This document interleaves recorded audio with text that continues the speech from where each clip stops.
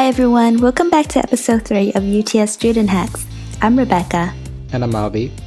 In this episode, we'll be looking at how to work together in a group efficiently while being physically apart, what to do if problems arise, and resources to organizing your group work online. We will also discuss different stages of team forming. So guys, sit back, relax, and enjoy the podcast.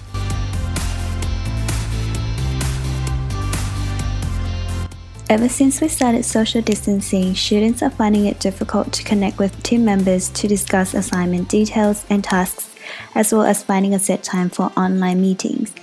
But first of all, let's talk about stages of group work according to educational psychologist Bruce Tuckman: forming, storming, norming, and performing. Avi, how do you normally form your group? Rebecca, I believe I had a mixed bag of experiences so far in forming a group. On several occasions, I quickly formed a group with people I already knew from previous semesters.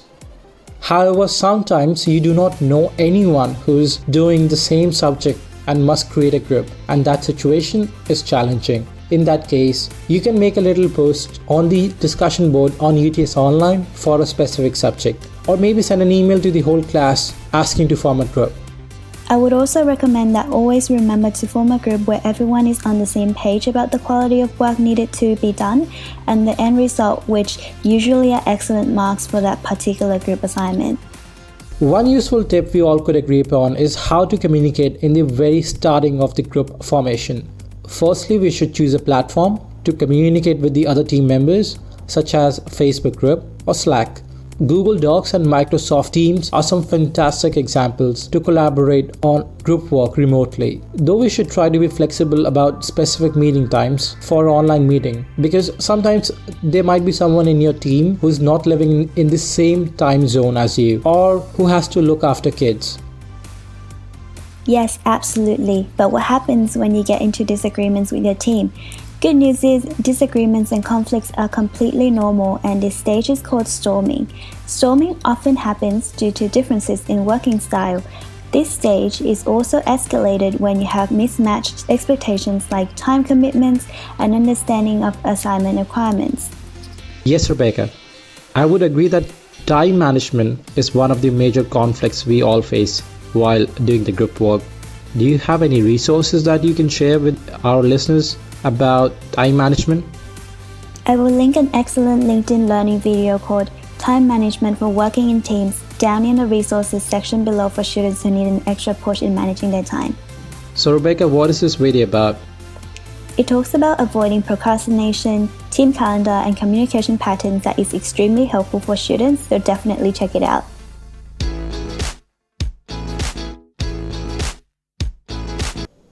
I remember when I was doing a core subject for my engineering degree, and my group was so collaborative, hardworking and passionate. In fact, we were able to create a fantastic result for the final demo for that subject. However, one guy in the team was mostly absent from the team meetings and did not contribute at all. It's challenging to get around people in a group environment who do not want to participate and want to freeload on your hard work. However, the best solution in that case could be to talk to your supervisor or your tutor so that they can intervene in your situation and suggest possible remedy. I find another struggle with working online in a group is that group members tend to take a long time to reply to messages. In the long run, this could further emphasize misunderstandings come assignment times. To prevent this from happening, my group actually made a rule about checking group messages at least 3 times a week to keep everybody up to date about our progress. This way we can work more effectively as a group, while any miscommunications or understandings are cleared right away. Yes, the unison of the group members is indeed vital in group formation, which leads us to the third stage of forming, which is the norming stage, when team moves to form a cohesion within the group on assigning roles such as leader and discussing other team roles like facilitator, etc. Though sometimes people cannot get past the second stage since there is no mutual connection. That's right, to avoid this issue, you can talk about your interests, hobbies, or even mutual friends. Bear in mind though that there would also be people who are not open to chatting things beside your group work, and that's okay. Respect their wishes and focus on your team's common goal instead. I would 100% agree with you there about emphasizing your common goal, which can inspire the whole team. We can also try to be exceptionally clear about the expectations of each group member from the group task in the beginning and be honest with your team members about the workload and start performing in your assigned tasks.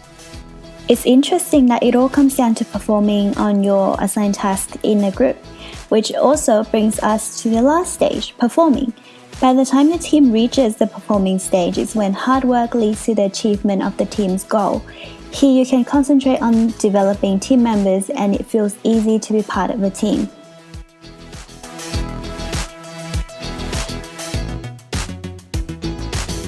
Remember, these stages aren't followed, they happen automatically. It's amazing how easier group work can be. If you are aware of them, you know what to expect and you can prepare better. Especially collaborative skills and being able to compromise in a group environment are important to hone at university.